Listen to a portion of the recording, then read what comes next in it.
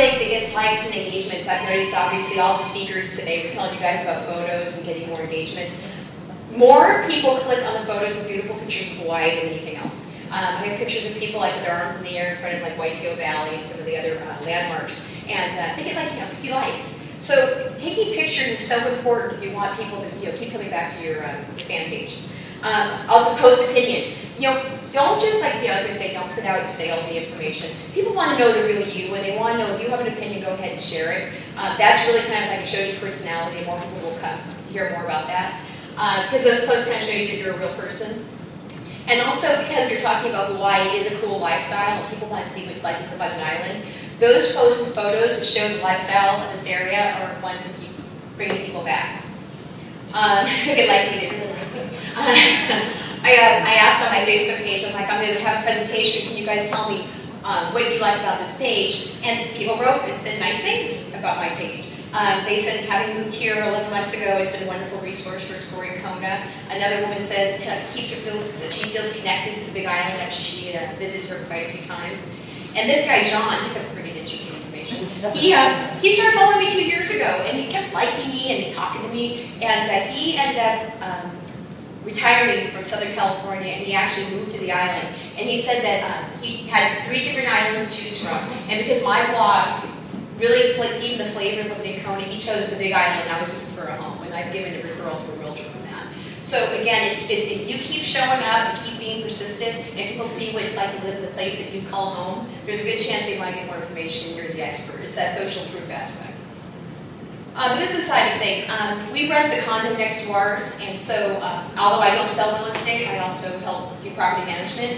And this woman, just this last week, she says, I'm happy I found your site. My husband and I will be moving to Kona early September. He got a job. Here he goes. He's got a job. Happy. And they're moving from the Bay Area, and they were asking my opinion about where they should live.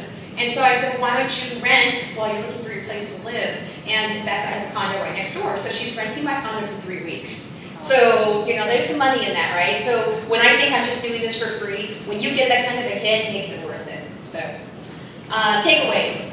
You know what? I do training for realtors on the Big Island, and I know a lot of realtors start these business pages and they just can't keep up with it. So it's one of those things, if you think it's something that you want to do and you're consistent with it, it's great. But if you don't really have a passion about what you're doing and what you want to share, that's where it all comes from. People are driven back to finding out more about you when you have the passion. And if you feel that it's work, if it is, don't do it. People can feel those kinds of information coming out through your posts. If you're going, oh, it's one more thing I have to do to market my properties, you know what? You got to do it from your heart. And then connect with your audience with authentic voice and enthusiasm. I have to admit, I kind of use a lot of exclamation points. This is beautiful. You got to eat here. This is great. And people kind of connect with me on that.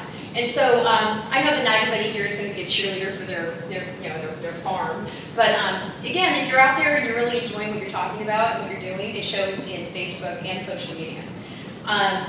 So I want you guys to check it out. It's 365 Things to Do in Kona on Facebook. And I also have a 365 Kona WordPress blog that goes with it. And so I know it's because I'm telling you guys, I kind of think like a realtor. I developed 365 Kona on WordPress because that's what you're supposed to do, that you should have a full dedicated website to one of these things. And I write on the play once a month, and I talk a little bit more in depth about things I'm doing. And I have a following, but definitely Facebook makes it a lot easier. And then I also have my blog on julieziemelis.com. So I wanted to leave a few minutes for any questions anyone has for me about what I've been doing. It's a good place to eat. Cynthia? I'm not sure you do it with Facebook in the same way with Twitter, but do you automate any of this, or are you pretty much always there when the post goes up?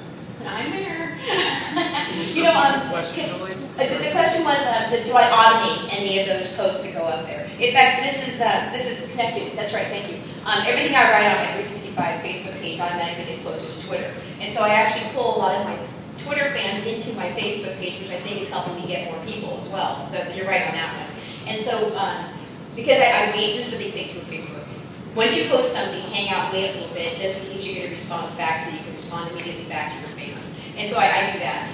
And also, most people don't post more than 3 times a week to most sites, and Dale made me make sure I told you guys this. The whole 365 concept, he actually wrote every single day for 365 days. And I don't do that, but I've been writing for 2 years, and now there's about 735 posts on there.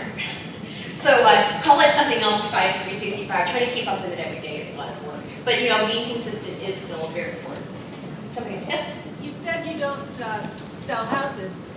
Are you a blogger? Do you have anything to do with the real estate industry? Yeah, I use the public relations and communications director at 40 different real estate associations in the Bay Area. And I also, since I do property management, but you know what I've learned from this blog? I'm going to get my real estate license so I can do referrals. Because I get lots of people who call me and say, I want to live here, can you refer me out? And I've referred out over $1 million worth of property on the Big Island so far. And I've gotten to go to a Jimmy Buffett concert from that.